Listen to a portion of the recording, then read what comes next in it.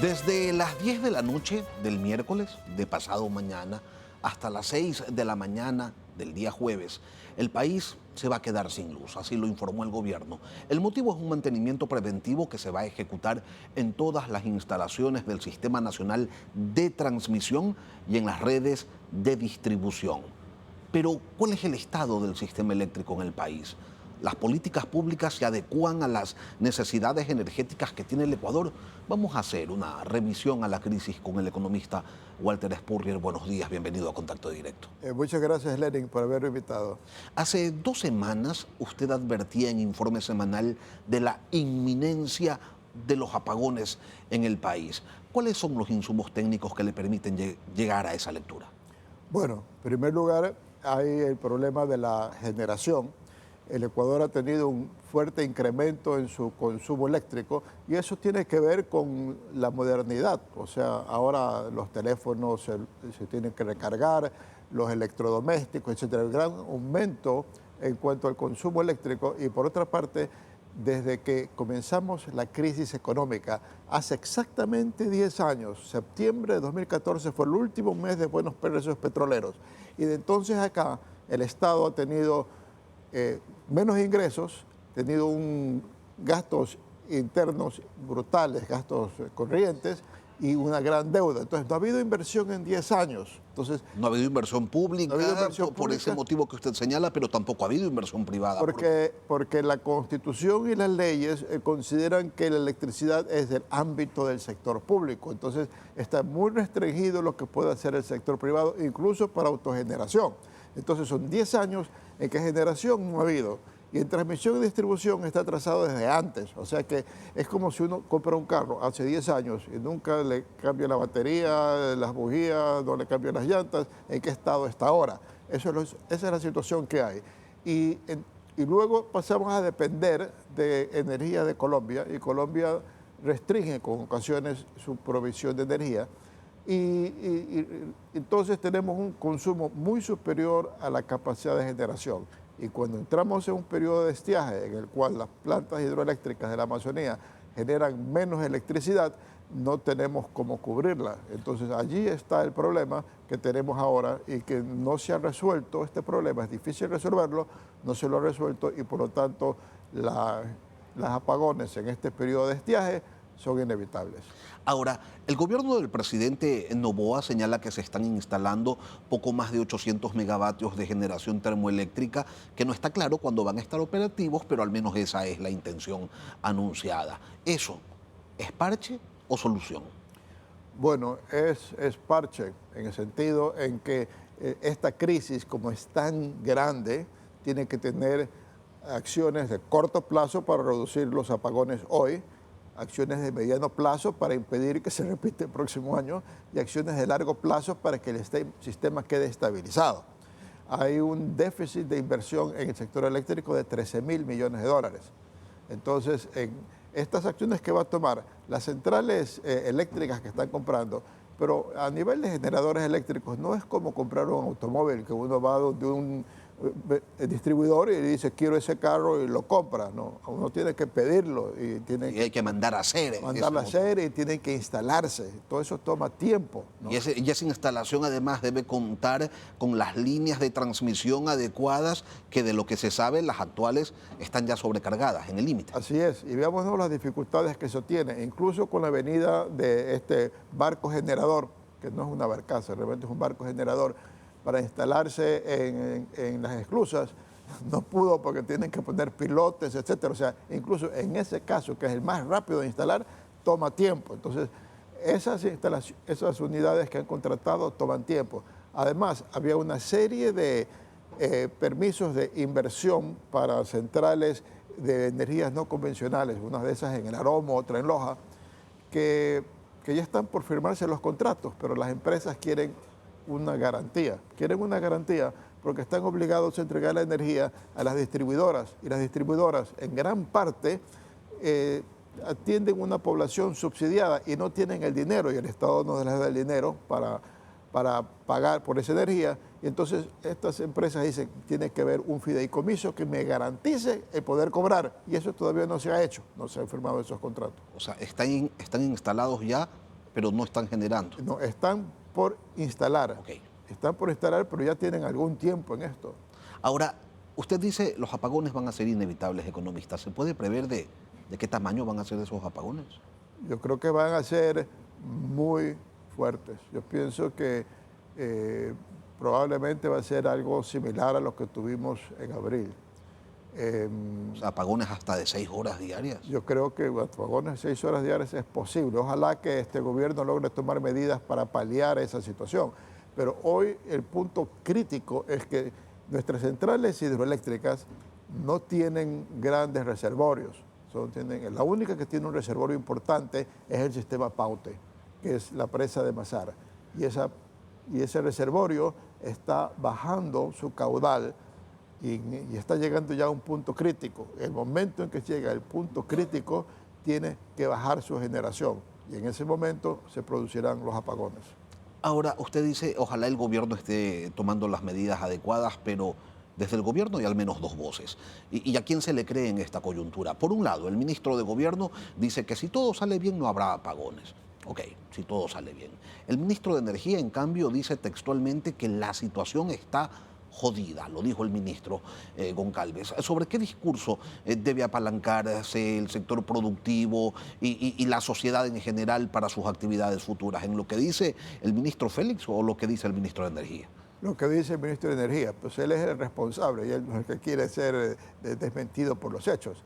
Alguna medida que han tomado, que es paliativa, ya han puesto un reglamento que va a permitir a las generadoras, a las empresas privadas, a generar emergencia en los momentos pico de la generación. Les van a pagar por esa energía eléctrica para que las unidades que tienen para atender momentos de apagones generen, incluso aunque no haya apagones, para poder tener suficiente energía para cubrir a toda la población. Entonces, ese reglamento ya existe, pero eso generará entre 100 y 200 megawatts, o sea, algo más de lo que generará la planta térmica, la planta flotante, y paliará en algo el problema, y eso no había antes, eso hay ahora.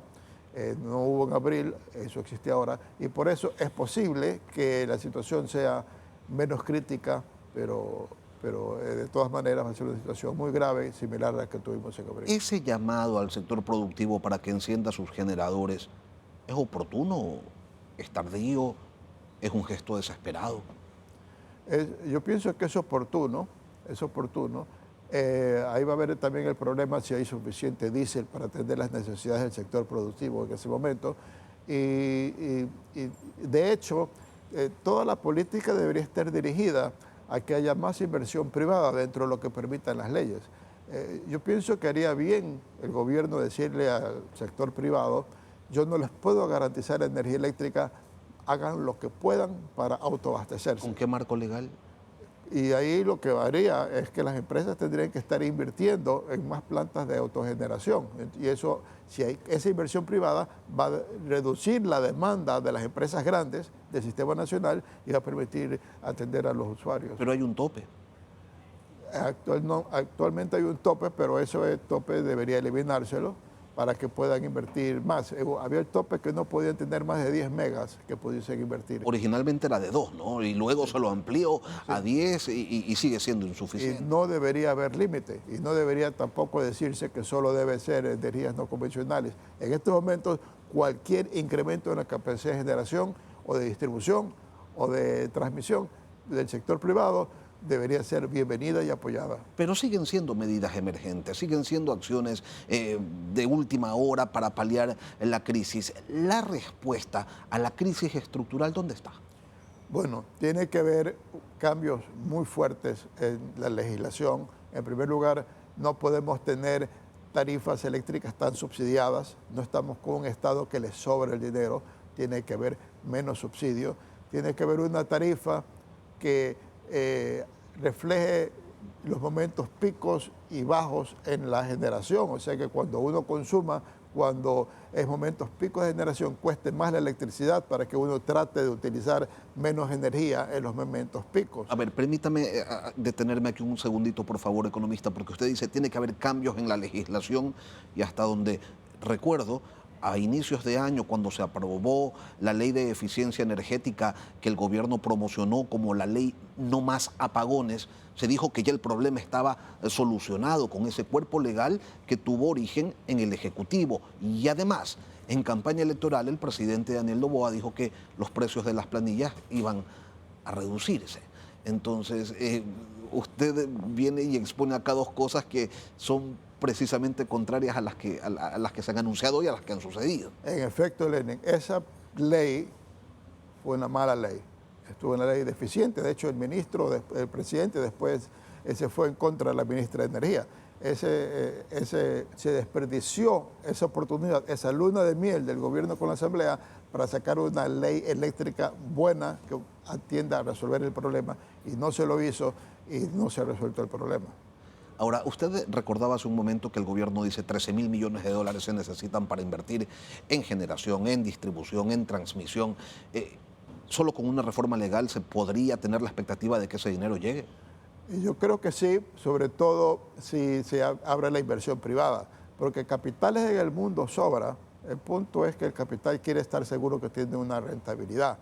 Entonces, parte poder hacer obras que haga el sector público con créditos de las multilaterales, parte podrá el sector público con acuerdos de gobierno a gobierno para invertir en ciertas plantas hidroeléctricas, pero el grueso tiene que venir por inversión privada. Por ejemplo, en el Ecuador no se ha buscado gas en el Golfo como debería, ¿no? Debería el bloque donde está Amistad concesionarse, o como la figura jurídica que se permita, para que se busque más energía, más reserva de gas para poder generar luz eléctrica en base a gas propio.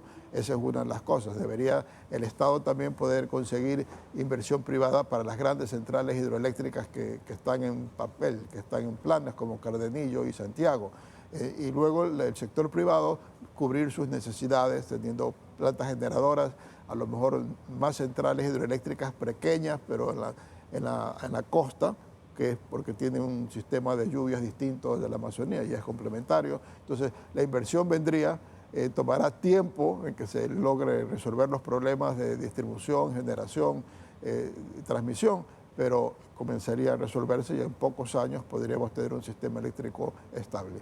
¿Y usted identifica en la política pública que se estén dando los pasos adecuados para ir hacia eso? Yo pienso que a nivel de diagnóstico lo han dado, pero no veo la ejecución.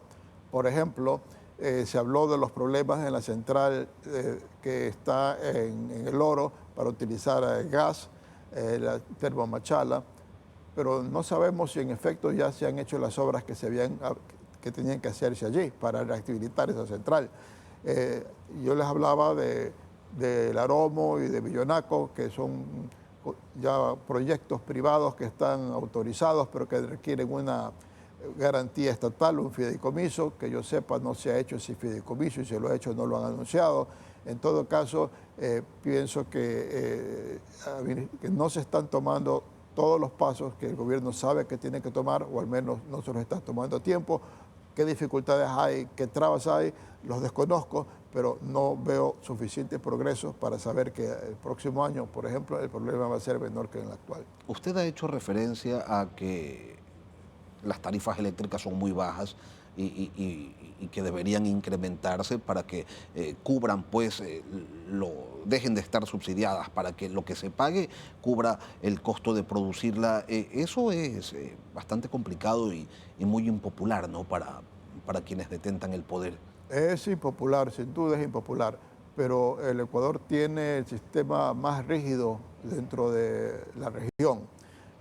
Colombia tiene un sistema mucho más ágil, mucho más de acuerdo al mercado, lo mismo Perú, que no hablar de Chile, que tiene una economía mucho más abierta. Tenemos que tomar esos pasos. Es impopular, nos hemos acostumbrado a los subsidios, pero es impopular. Ahora ya la ley permite, o mejor dicho, toma en consideración que las tarifas eléctricas tengan que reflejar también el costo de la inversión que se hizo en los equipos, ¿no?, en la generación. El mandato de la constituyente de Montecristi decía que eso corre por cuenta del Estado, que eso no tiene que ser parte de la estructura de costos. Es necesario, y yo pienso que el gobierno que sea electo el próximo año va a tener que afrontar eso desde un inicio, porque si no resuelve ese problema, no vamos a superar el problema eléctrico. ¿Tiene usted la cifra en la cabeza, quizás economista, a cuánto asciende el subsidio eléctrico en el país? No tengo el valor en la cabeza porque también hay que ver cómo calculan el subsidio. Pero estamos hablando de que falta una inversión de 13.000 millones de dólares y las recaudaciones en las tarifas eléctricas deben permitir pagar esa inversión en el tiempo, por supuesto, pero poder pagar esa inversión. Entonces estamos hablando de un monto considerable. El problema entonces, economista, al final no es que se vengan los apagones, sino que se pueden repetir en los siguientes años y el problema es que hemos caído en un círculo vicioso que no encuentra respuesta. Así es, y además no estamos tan seguros de cómo ha cambiado el ciclo de las lluvias, porque el estiaje empieza en octubre y esta vez empezó en agosto. Entonces de pronto tenemos que el estiaje este año no va a durar 6 meses, sino que durar por lo menos 8 meses. Entonces, en ese sentido, y ya tuvimos el año pasado y se reproduce nuevamente este año. Entonces, el problema no es momentáneo, no es un problema estructural y se va a seguir dando todos los años si no atendemos el problema de una manera frontal. Y la noche oscura de este miércoles es apenas el principio. No es más que eso, es solamente el anuncio, el preestreno. Walter Spurrier, gracias por acompañarnos hoy aquí en Contacto Directo.